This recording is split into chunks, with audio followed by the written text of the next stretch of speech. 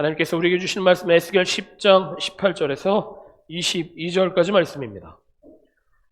여호와의 영광이 성전 문지방을 떠나서 그룹들 위에 머무르니 그룹들이 날개를 들고 내 목전의 땅에서 올라가는데 그들이 나갈 때에 바퀴도 그 곁에서 함께 하더라. 그들이 여호와의 전으로 들어가는 동문에 머물고 이스라엘 하나님의 영광이 그 위에 덮였더라. 그것은 내가 그발 강가에서 본 바 이스라엘 하나님의 아래에 있던 생물이라. 그들이 그룹들인 줄을 내가 아니라. 각기 내 얼굴과 내 날개가 있으며 날개 밑에는 사람의 손 형상이 있으니 그 얼굴의 형상은 내가 그발 강가에서 보던 얼굴이며 그 모양과 몸뚱이도 그러하며 각기 곧게 앞으로 향하더라. 오늘 우리에게 주신 하나님 말씀입니다.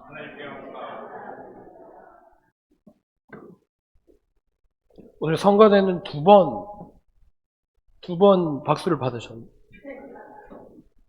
우리 성가대 감사의 박수 하도록 하겠습니다. 얼마나 좋아요. 박수를 3번이나 받는 찬양을 하나님께 올려드릴 수 있어서 좋습니까? 밖에 나가보면 참 아름다운 계절이 이어지고 있습니다.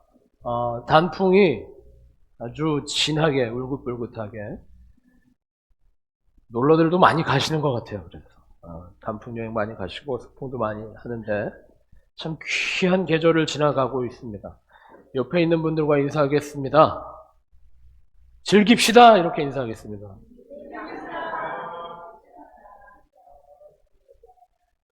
다시 한번 인사합시다. 주님께 감사합시다 라고 인사하겠습니다.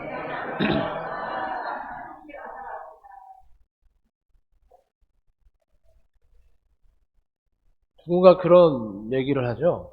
꽃잎이 떨어진 후에야 꽃이 아름다운 줄 알았다. 단풍이 진 이후에야 가을이 아름다운 줄 알았다. 오늘 본문 말씀을 두고 하는 이야기가 아닌가 싶을 정도로 잘 맞는 말씀입니다. 여러분, 오늘 본문 말씀이 어떤 내용인지 다 이해되셨습니까? 오늘 본문 말씀을 보면 우리가 본문 말씀 볼 때에 그룹들 이야기가 나오기 때문에 그룹들의 화려함, 그룹의 영광스러움, 그룹의 기운 있음 이런 것들에 푹 빠지게 됩니다만 사실 오늘 본문의 시작은 여호와의 영광이 성전 문지방을 떠나서 또 시작합니다.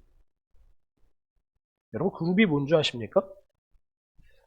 하나님께서 이 성전을 짓도록 하시고 또 하나님의 말씀의 궤를 보관하도록 하실 때에 지성소에 하나님의 법, 하나님의 말씀을 지키도록 장식하게 하신 게 바로 이 그룹입니다. 천사와 같은 형상을 하고 있고 날개가 있고 우리가 상상하는 가장 아름다운 모양을 하고 있는 게 이 그룹, 다른 말로 하면 케루빔이라고 하죠. 케루빔이 바로 그룹입니다. 오늘 말씀에서 우리가 엿볼 수 있는 것처럼 가장 아름다운 거, 가장 영광스러운 거, 가장 감동적인 거, 그게 그룹이에요. 근데 오늘 본문 말씀에 보니까 참 아이러니하게도 그 그룹의 영광을, 그룹의 아름다움을 하나님의 영광이 성전 문지방을 떠날 때가 돼서야, 하나님이 성전을 떠날 때가 돼서야 그 그룹의 아름다움을 알게 되었다라고 한탄하고 있는 본문이 바로 오늘 본문이다라는 걸 아셔야 됩니다. 영광스러운 그룹의 모양, 특별히 에스겔에서는 이 성전의 조각상 그룹이 아니라 하나님의 영광을 감싸고 있는 생물로서의, 운동력 있는 생물로서의 그룹이 하나님이 떠나실 때 함께 성전을 떠나고 있는 모양을 보면서 이렇게 아름다운 게 있었구나라고 하는 그런 아쉬움과 깨달음이 있는 내용이 바로 오늘 본문 내용이라는 거예요. 더 놀라운 사실은 에스겔이 일상생활에서, 삶의 자리에서, 그발 강가에서 보았던 바로 그것이 그룹이었구나라고 하는 것을 깨닫게 되는 것은 더욱 안타까운 고백이다라고 하는 걸 우리가 알아야만 합니다. 성전에 있었던 그것, 너무나도 당연하게 예루살렘 성전에 머물러 있었던 그것, 더욱이는 삶의 자리에서 허락하신 그룹의 형상들, 그것을 소중함으로, 귀중함으로 깨닫고 있지 못하다가 하나님이 성전을 떠나시기로 작정하신 이 순간이 돼서야 그룹이 그렇게 아름다운 것이고 영광스러운 것이구나 깨닫게 되는 에스겔의 한탄의 모양이 여러분 삶에서는 펼쳐지지 않게 되시기를 축복합니다. 이해를 못하셔서 아멘은 못하시는 것 같아요. 하나님의 영이 여러분을 떠나셔야만 하나님의 은혜가 소중한 것이었다라는 것을 깨닫게 되는 그런 계기가 있는 삶이 되는 거 얼마나 어려운 삶일까요? 하나님이 여러분을 버리셔서야 하나님이 위대하신 분이라고 하는 걸 깨닫게 되는 것이 얼마나 삶의 비참한 장면이겠습니까? 오늘 장면이 바로 그런 거라는 거예요. 하나님이 떠나시게 됐을 때에서야 드디어 하나님이 전능하신 분이고 하나님이 영광스러운 분이시다라고 하는 걸 깨닫게 되는 것. 그게 오늘 본문이라 이겁니다.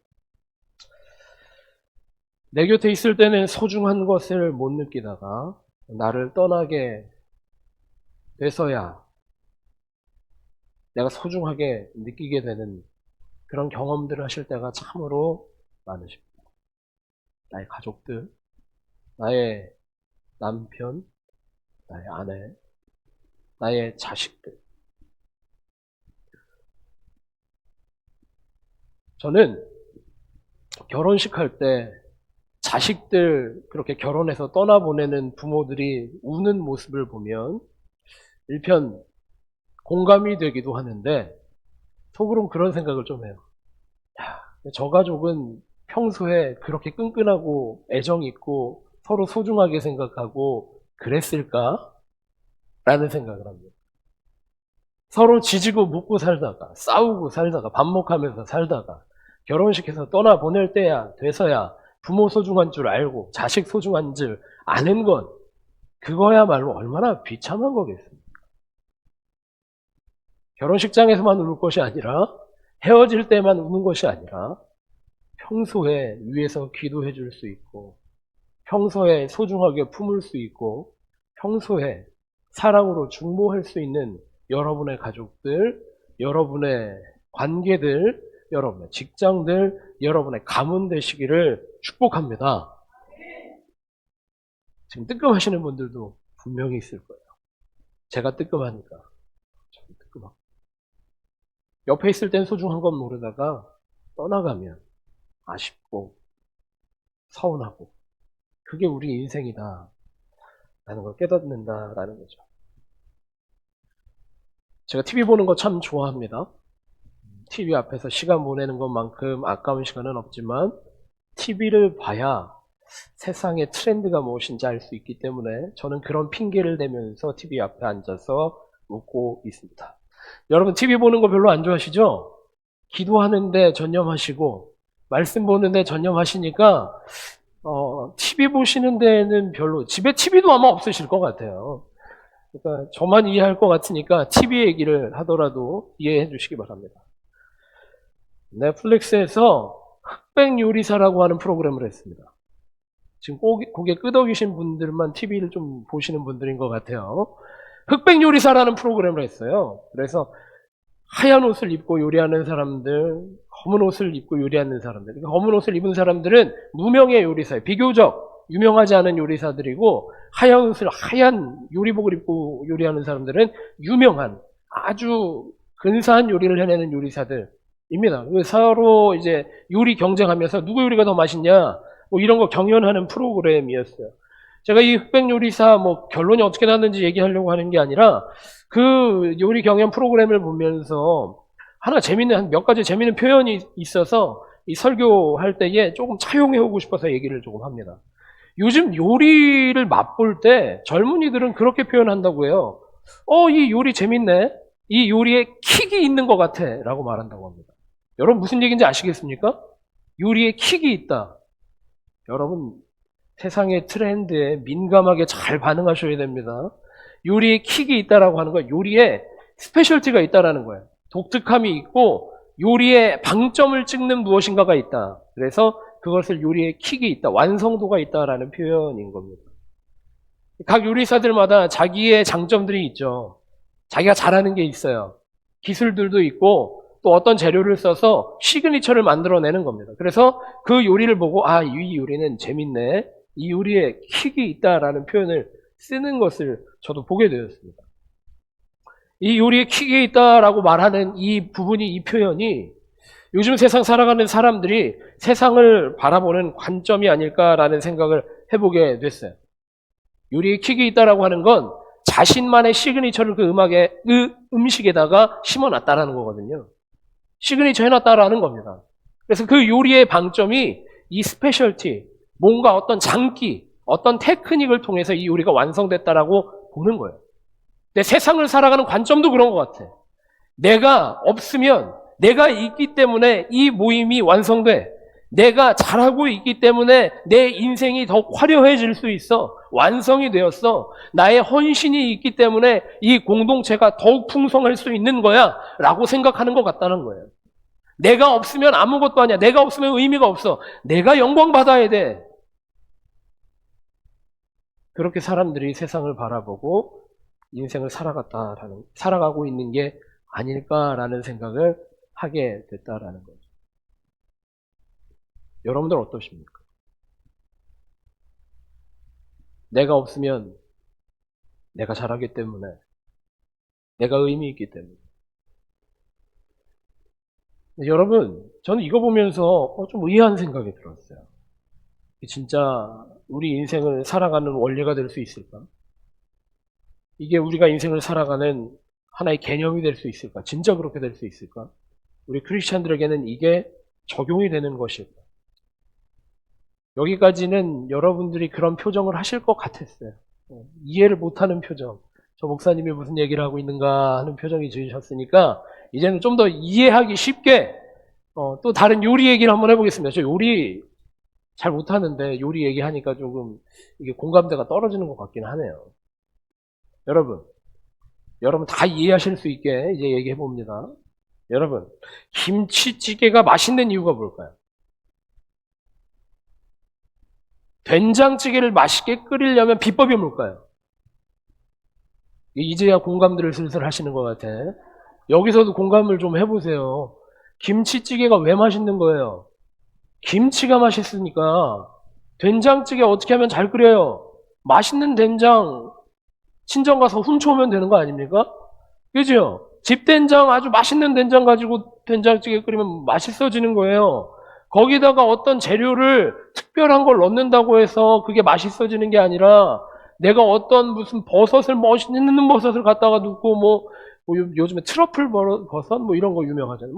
재료들 으리으리한 거, 돼지고기 특별한 거 넣는다고 해서 맛있어지는 게 아니라 원재료가 되는 김치가 좋아야 맛있는 김치찌개가 끓여지고, 원재료가 되는 된장이 맛있어야 맛있는 된장찌개가 끓여진다라는 거예요. 그래서 우리 집에 된장찌개가 그렇게 맛이 없는 것 같기도 합니다. 저 이제 집에 다 간 것 같아요. 킥이 있다라는 표현을 젊은 요리사들이 많이 썼는데, 경력 있는 어떤 셰프가 했던 표현 중에 하나가 저를 확 사로잡은 게 있었어요. 이게 뭐냐면, 셰프들을 이렇게 모아놓고 이렇게 팀전을 하는 거예요. 팀 요리를 하는데, 이렇게 캡틴이 되는, 대장이 되는 요리사가 불러놓고, 셰프들을 불러놓고 이렇게 얘기합니다. 자, 여러분 다 아시죠? 주방에서 주방장보다 더 중요한 게 있습니다. 주방장보다 더 권위 있는 게 있습니다. 그게 무엇이죠? 라고 말했을 때 주방장들이 한 목소리로 얘기하더라고요. 뭐였을까요? 재료라는. 주방에서 제일 중요한 게 뭐죠? 재료입니다. 라고 다 얘기했다라는 거예요. 재료만큼 중요한 게 주방에 없다라는 거예요. 원재료만큼 중요한 게 없다는 거예요. 원재료에서 그 요리의 승패가 결론이 난다라는 거예요. 요리사가 아무리 테크닉이 있어도, 요리사가 아무리 독특성을 가지고 있어도 원재료가 좋지 않으면 맛있는 요리를 할 수가 없다라고 하는 것은 모든 주방장들이 갖고 있는 아주 기본적인 컨셉이었다라는 겁니다. 여러분, 그럼 저는 여러분들에게 한번 여쭤보고 싶어요. 여러분의 인생의 원재료가 무엇입니까? 여러분 인생의 근원 되시는 분이 누구십니까? 여러분을 창조하신 분이 누구십니까?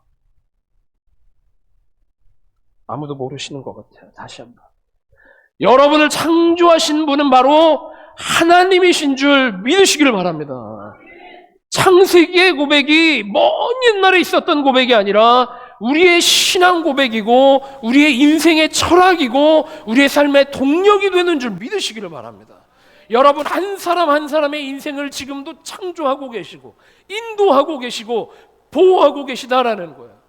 그럼 우리의 인생의 동력이 무엇입니까? 하나님이십니다. 하나님의 은혜입니다. 하나님의 은혜가 우리 인생의 동력이 되는 줄 믿으시기를 바랍니다. 제가 침 튀기면서 요리 얘기했는데 요리 얘기만 또 기억하시면 안 돼요. 이거 기억하셔야 되는 거예요. 우리 인생의 동력은 하나님이시고 우리 인생의 동력은 예수 그리스도시다. 우리 인생을 살아가게 하시는 힘은 바로 성령님이시다라고 하는 것을 잊지 않는 우리 베델교회 모든 성도들 되시길 바랍니다. 우리 에스겔서를 읽어나가고 있는데 에스겔서 3주 동안 설교하고 있는데 에스겔서는 하나님의 비전, 하나님이 우리에게 주시는 비전, 그것이 무엇이냐라는 거예요. 하나님이 우리에게 주시는 비전은 하나님이 우리의 창조주시고 하나님이 우리의 동력이시고 하나님이 우리의 근원이신 것을 보시도록 하는 것, 그게 에스겔서가 말하고 있는 하나님의 비전인 것을 깨닫는 베델교회 모든 성도들 되시기를 축복합니다. 하나님이 괜한 거 멀리 있는 거 얘기하시는 게 아니에요. 먼 미래에 너를 사장되게 하겠다, 성공하게 하겠다, 건강하게 하겠다 이런 얘기하시는 게 아니라 지금 바로 너의 창조자 되는 나 여호와 하나님을 바라보아라. 이것이 하나님이 우리에게 주시는 비전인 줄 믿으시길 바랍니다. 여기서 우리의 인생이 해결되기 시작한다라는 거예요. 여러분 혹시 퍼즐 맞추는 거 좋아하십니까? 일부 예배 때도 이런 표정이었으니까 그냥 꿋꿋하게 하겠습니다. 제가 퍼즐 맞추는 거를 어떻게 하다 보니까 좋아하게 됐어요. 우리 아이들이 어렸을 때, 아주 아이였을 때에 한 16피스 정도 되는 퍼즐, 아기들을 맞추는 퍼즐, 그걸 선물할 계기가 있어서 선물을 해줬습니다. 곧잘 맞추더라고요. 16피스 정도 되는 거는 곧잘 맞췄습니다. 그러더니 아빠 다른 거 사줘. 좀 더 어려운 거 사줘. 그래서 한 100피스 되는 거, 점점 더 늘어나요. 1000피스 되는 거, 막 복잡한 퍼즐을 사주게 되었습니다. 그런데 사주고 나서 왜 저만 맞추고 있었는지는 아무도 모릅니다. 어떤 기회가 돼서 저도 퍼즐을 이렇게 좋아하게, 아이들과 시간 보내면서 퍼즐 맞추는 게 참 재밌어져서 퍼즐을 맞추게 됐어요. 근데 한 16피스 정도 되는 퍼즐은 아이들이 맞추기에도 쉬워요. 큼지막한 퍼즐들이 있으니까 이게 어디 있겠거니 하고 맞춥니다. 옆에 뭐가 있겠거니 이렇게 맞추기 시작을 해요. 근데 그게 100피스가 넘어가고 1000피스가 되면 아이들이 도저히 맞추지를 못해요. 근데 왜 맞추지를 못할까 생각을 해보니까 아이들은 이 퍼즐 하나하나에 집중해요. 이 퍼즐이 어디에 맞춰질까? 이 퍼즐이 어느 그림의 어떤 부분일까? 이 모양은 어디에 들어갈까 집중합니다. 그런데 퍼즐이 어려워질수록 퍼즐을 맞추려면 원래 그림, 완성되어 있는 그림, 원래 그림을 먼저 확인하고 아 이게 완성되면 이 그림이구나 라는 것을 확인을 하고 맞추기 시작해야 복잡한 퍼즐일수록 맞출 수 있게 되더라고요. 여러분 우리 인생이 점점 더 어려워지고 복잡해지고 점점 더 꼬여갑니다. 어렸을 때는 그렇지 않았는데 아이 때는 그렇지 않았는데 점점 더 커갈수록 가정을 이루어갈수록 자식들이 생길수록 자식들이 커갈수록 자식들이 결혼하고 장성할수록 점점 더 복잡해지는 것 같은 게 인생이에요. 그런데 우리는 여전히 퍼즐 한 조각에 집중합니다. 여전히 퍼즐 한 조각이 어디로 가야 할까 고민합니다. 여러분 진짜 안 그러십니까? 어떤 문제가 발생해야만 기도의 자리에 나와서 주님 이 문제를 어떻게 해야 되겠습니까? 라고 기도합니다. 어떤 어려움이 닥쳐야만 주님 어떻게 해야 됩니까? 말씀 펴보기 시작하고, 근심 가운데 있을 때에만 주님 어떻게 해야 됩니까? 간구하는 것. 우리 대부분이 그렇게 신앙생활하지 않으셨습니까? 하나님의 비전은, 하나님이 우리에게 주시는 비전은 퍼즐 하나하나에 집중하도록 하시는 것이 아니라, 그 정도에 머무는 것이 아니라 완성된 그림, 하나님이 창조하신 본래의 창조 목적을 깨닫도록, 원래 우리가 품고 있는 하나님의 형상을 깨닫도록, 우리가 하나님의 자녀로 부름받았음을 깨닫도록 하시는 것이 하나님이 우리에게 주시는 비전인 줄 믿으시기를 바랍니다. 그게 신앙생활이라는 거예요. 하나님이 우리에게 막 가지고 계시는 마음, 하나님이 품으신 비전을 깨닫기 위해서 기도하는 것이고, 말씀 보는 것이고, 신앙생활하는 거예요. 어떤 문제가 발생했을 때에만 집중하기 위하여, 잠깐의 위로를 위하여 우리가 신앙생활하는 것이 아니라, 우리를 왜 창조하셨는가, 여기로 인도하셨는가, 우리를 하나님 나라 본향에 어찌 인도하실 것인가, 그것이 다 선포되어 있고 기록되어 있는 게 성경 말씀이라는 거예요. 그렇게 묵상할 수 있고 하나님의 크신 계획과 비전을 발견하실 수 있는, 묵상 가운데 그렇게 발견하실 수 있는 베델교회 모든 성도들 되시기를 축복합니다.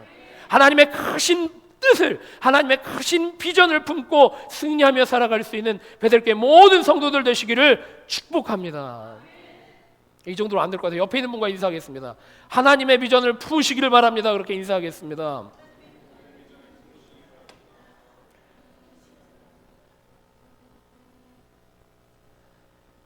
이렇게 했는데 이제 월요일부터 하나님 오늘 점심밥 뭐 해야 될까요? 이렇게 기도하고 그러지는 않으시겠죠. 성경에 가장 큰 사랑을 받는 인물 중에 하나가 다윗입니다. 그렇죠? 다윗만큼 사랑받는 캐릭터도 참 없는 것 같아요. 다윗은 우리가 알고 있는 대로 뭐 골리앗 하나 쓰러뜨렸다라고 해서 이스라엘 왕이 된 사람이 아닙니다. 뭐 사울의 추격을 끝내 발버둥치며 벗어날 수 있었기 때문에 이스라엘 왕으로 기름 부음 받은 게 아닙니다. 다윗이 왕이 될 수 있었던 이유는, 다윗이 왕으로 세워진 이유는 하나님께서 기름 부어 세워 주셨기 때문에 이스라엘의 왕이 될 수 있었던 것입니다. 다윗은 인생의 우여곡절이 참 많은 사람이었습니다. 우리가 아는 골리앗을 무너뜨린 이런 위기만 있었던 것이 아니라 인생 자체가 갈등이었고 전쟁이었고 충돌이었고 갈등이었다는 거예요. 이스라엘에서 전쟁 제일 잘하는 사람 누굴까 추려보면 아마 다윗이 가장 전쟁 잘하는 왕일 거예요. 싸움 잘하는 왕일 거예요. 다윗이 그런 사람이라는 거예요. 수없는 전투를 경험하였고 수없는 전쟁을 경험하였던 왕이 다윗 왕이었다라는 겁니다. 다윗에게는 한 가지 두려움이 있었습니다. 이 전쟁에서 질까? 이 전투에서 부상당할까? 그런 것들 따위는 다윗에게는 두려움조차 되지 않았다는 거예요. 수많은 전투를 통해서 다져져 있는 사람이었기 때문에 두려움이 되지 않았어요. 폭동이 일어나고 자식들에 의해서 도망자 신세가 되고 그런 것들이 두려움이 아니었어요. 다윗에게는 한 가지 두려움이 있었는데 그것은 무엇이었느냐? 하나님이 다윗을 떠나실까? 내가 하나님을 떠나 사는 것이 아닐까? 그것이 다윗의 가장 큰 두려움이었었다라는 거예요. 다윗은 사울 왕이 어떻게 무너져 내렸는지 봤습니다. 사실 다윗보다 더 위도할 수 있었던 것은 사울이었습니다. 이스라엘에 처음 세워진 왕, 그 사울이었는데 그 사울이 왜 무너져 내렸습니까? 사울이 왜 실패자가 되었을까요? 하나님의 영이 사울을 떠나셨기 때문이에요. 다윗이 가장 두려워했던 것은 바로 다윗을 하나님이 떠나실까. 다윗이 가장 크게 울으며 회개했던 순간이 하나 있는데 그것은 바로 밧세바와 죄지었을 때였어요.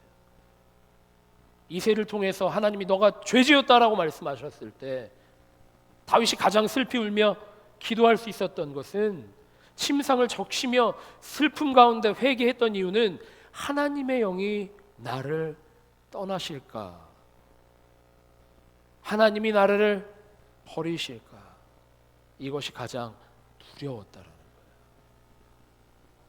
오늘 본문이 어떻게 시작하느냐? 여호와의 영광이 성전 문지방을 떠나서. 여호와의 영광이 성전을 떠나서. 여러분, 이스라엘의 중심이 어디입니까? 성전입니다. 이스라엘의 중심이 되는 곳은 바로 예루살렘 성전입니다. 이스라엘의 수도가 예루살렘일 수 있는 것은, 예루살렘에서도 중심이 성전일 수 있는 것은 그곳에 하나님이 계셨기 때문입니다. 하나님의 집이 거기에 있었기 때문입니다. 그런데 사람들은 그 성전이 있기 때문에 예루살렘이 화려한 것이고, 예루살렘이 중심지이기 때문에 이스라엘이 있다라고 착각하기 시작했습니다. 성전에 화려함이 있기 때문에, 화려한 성전이 지어져 있기 때문에 그곳이 위대한 곳이다라고 착각하기 시작했다라는 거예요. 뒤바뀐 거예요.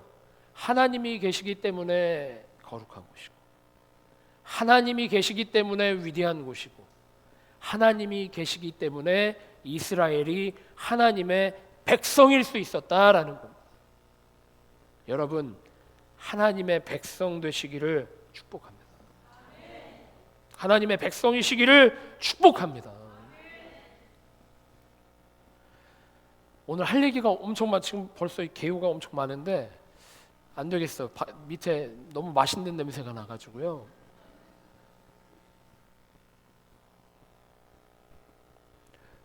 한국은 요즘에 떠들썩합니다. 떠들썩하죠? 뭐 각자 다른 얘기 하지 마세요. 제가 생각하는 거랑 다른 얘기 하실 수도 있으니까. 너무 시끄러워. 너무 시끄러워. 우리가 살고 있는 미국 땅도 마찬가지입니다. 너무 시끄러워요. 한국에서 제가 요즘에 집중해서 보고 있는 건 다음 주일이죠. 10월 27일 날 한국에 있는 교회들이 다 모여서 집회하겠다라고 하니까 이거에 대해서 평가들이 막 이쪽 저쪽 장난이 아니에요. 막 뭐 주일 성수를 지키지 않고 어떻게 가느냐는 둥, 뭐 기독교가 세력을 모여줘서 무엇 하려고 하느냐는 둥. 아니, 함께 모여서 예배하고 기도하겠다는데 거기에 무슨 이유가 있습니까? 함께 모여서 기도하고 간구하겠다는데 거기에 무슨 평가가 필요합니까? 우리에게 정말 중요한 것은 우리가 기도하러 모인 그 자리에 하나님의 이름으로, 예수 그리스도의 이름으로 모여지고 있느냐, 하나님께 기도하고 있느냐, 하나님의 말씀이 선포되고 있느냐, 하나님의 능력이 드러나고 있느냐, 그것만 보면 되는 거 아니겠습니까?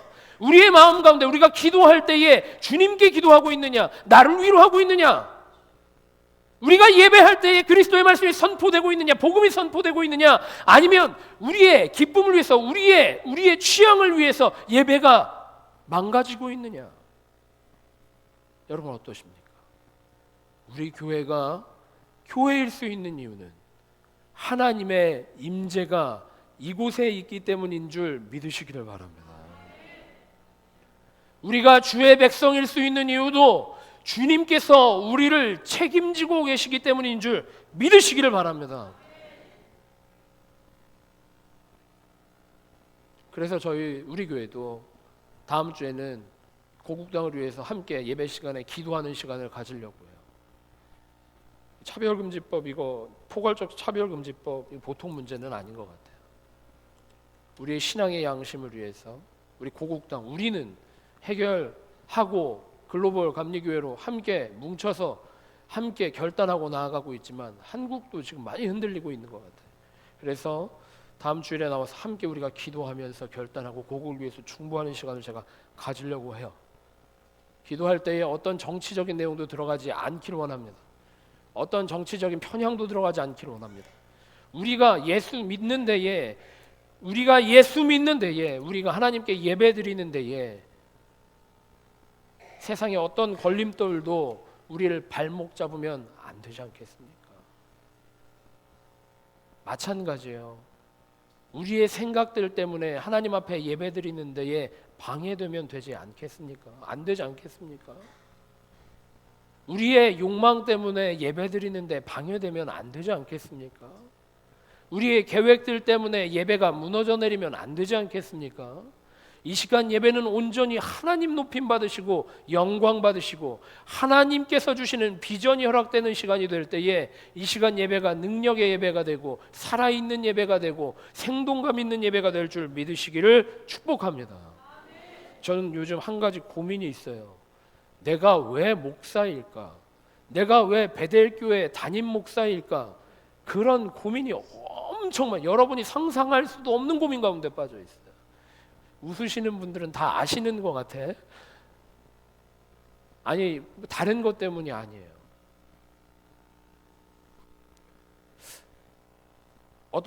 우리 교회가 아니라 어떤 영상을 통해서 확인한 겁니다. 어떤 교회 어떤 성도님이 목사님에게 그렇게 물어봤답니다. 목사님의 권위가, 목사님의 말씀이 성도들에게 무엇 때문에 권위 있고 순종해야 되는 말씀이 되는 겁니까? 라고 물어봤대요. 목사님은 권위 있는 분이십니까? 라고 물어봤대요. 근데 그 목사님이, 내가 지긋하신 목사님이 단번에 대답하셨답니다. 성도님, 저는 권위 있는 사람이 아닙니다. 저는 힘 있는 사람이 아닙니다. 저의 경험이 여러분들에게 어떤 권위도 주지 못합니다. 저의 신학 공부함이 여러분들에게 어떤 권위를 주지도 못합니다. 저의 외모가 여러분에게 어떤 권위를 주는 것이 아닙니다. 제가 이 단에 서서 여러분에게 권위 있는 말씀을 전할 수 있는 것은 오직 하나님이 함께 하시기 때문이고, 이 단에 하나님이 살아계시기 때문이고, 이 단에서 성령님이 선포하시기 때문입니다 라고 말했다는 거예요.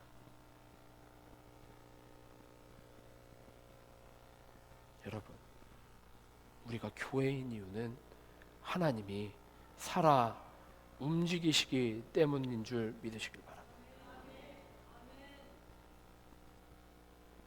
세상이 아무리 험악해지더라도, 세상이 아무리 무너져 내리더라도 교회는 교회 역할을 감당할 수 있는 줄 믿으시길 바랍니다. 하나님이 여기에 계시기 때문에.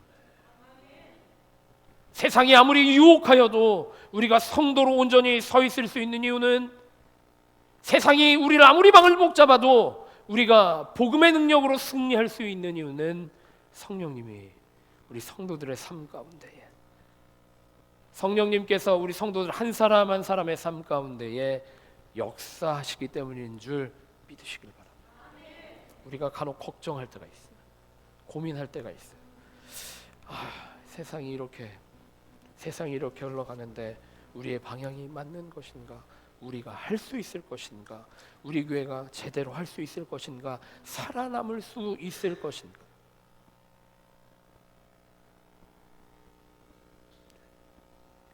인생 가운데도 마찬가지로, 삶의 터전에서도 마찬가지로, 내가 생존할 수 있을 것인가?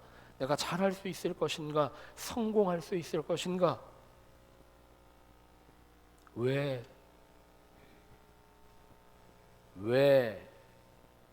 걱정하십니까?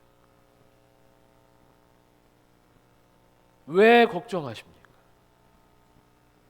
주님께서 이미 우리의 삶 가운데 승리하신 줄 믿으시기를 바랍니다. 아멘 안 하시는 분들은 안 믿어지시는 분들이에요. 다시 한번, 주님께서 이미 승리하신 줄 믿으시기를 바랍니다.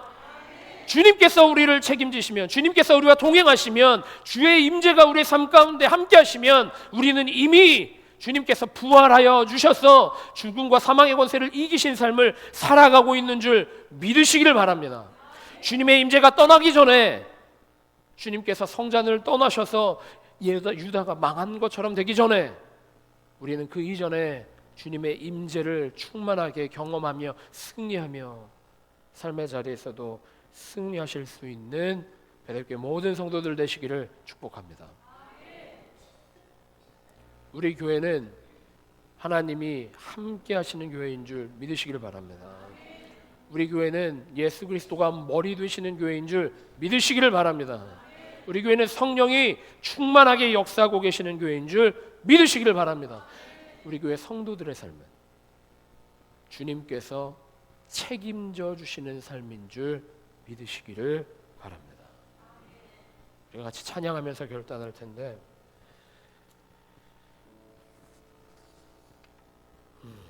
우리가 아무리 입술로 고백해도 무슨 소용이 있겠어요? 주인이십니다. 예수님이 그리스도이십니다. 주님이십니다. 예수님이 왕이십니다. 여러분의 삶의 자리에서 주님께 우리 삶의 주인의 자리를 내어 드려보세요. 내가 사는 게 아니라 내가 아이들 기르는 게 아니라 내가 일하는 게 아니라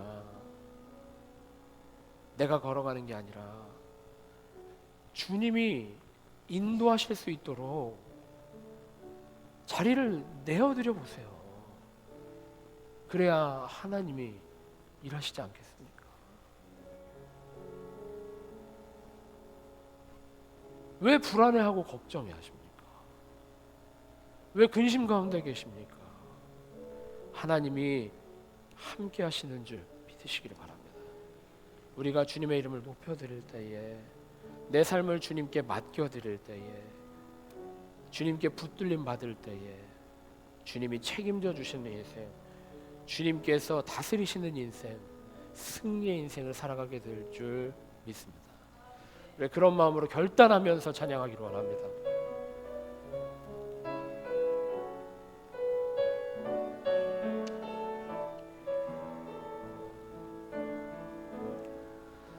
예수 우리 왕이여, 이곳에 오소서 다스리소서. 하나님, 우리가 간절하게 결단하오니 주여 우리의 왕이 되어 주시옵소서. 여전히 우리의 삶의 권좌에 우리의 욕심이 앉아있고, 우리의 생각이 앉아있고, 우리의 근심이 앉아있고, 걱정이 앉아있다면 주여 역사하여 주셔서 온전히 주님만 찬양받아 주시옵소서. 우리의 삶으로 주님을 경배하기를 원합니다. 우리의 삶의 고백으로 주님이 우리의 인도자 되시기를 원합니다. 주여, 세상은 쓰러져 갈지라도, 세상은 무너져 내릴지라도 주여 우리의 능력 되시는 줄 믿사오니, 주님께서 우리의 피난처 되시는 줄 믿사오니, 우리의 삶을 통째로 사로잡아 주셔서 우리의 삶이 하나님 나라에 속한 백성 되게 하여 주시고, 우리가 하나님의 영광을 위해 헌신하는 주의 백성으로, 군사로 살아갈 수 있도록 인도하여 주시옵소서. 주의 영이 떠나시기 전에 우리가 결단하여 우리의 보좌를 주님께 드리게 하시고, 우리 베델교회 주인이 주님이 되어주시고, 우리 교단의 주인이 주님이 되어주시고, 이 땅의 주인이, 이 땅의 왕이 주님이 되어 주시옵소서. 주님이 우리의 산성이신 줄 믿습니다. 주님이 우리의 요새이신 줄 믿습니다. 주님께서 우리의 유일한 소망이신 줄 믿습니다. 주여 우리를 사로잡아 주셔서, 주님이 우리의 왕이 되어 주셔서, 주님이 우리의 인생의 주인 되어 주셔서, 주님께서 책임져 주시는 인생, 주님의 능력으로 승리하는 인생 될 수 있도록 우리 베델교회 모든 성도들의 발걸음을 주님 책임져 주시옵소서. 이전에 나가며 다시 한번 결단합니다. 주님이 우리의 인도자 되십니다. 예수만이 우리의 그리스도이십니다. 하나님이 우리의 주권자이십니다. 주여 역사하여 주셔서 주여 역사하여 주셔서 주의 능력으로 살아가는 베델교회 모든 성도들 될 수 있도록 인도하여 주시옵소서. 그렇게 결단하며 세상으로 나아가는 모든 성도들의 삶 가운데에 예수님의 십자가 은혜와 하나님의 크신 사랑하심과 성령님의 감화 감동 역사 교통하심이 이제부터 영원토록 함께 하시기를 간절히 기도하며 축원하옵나이다. 아멘.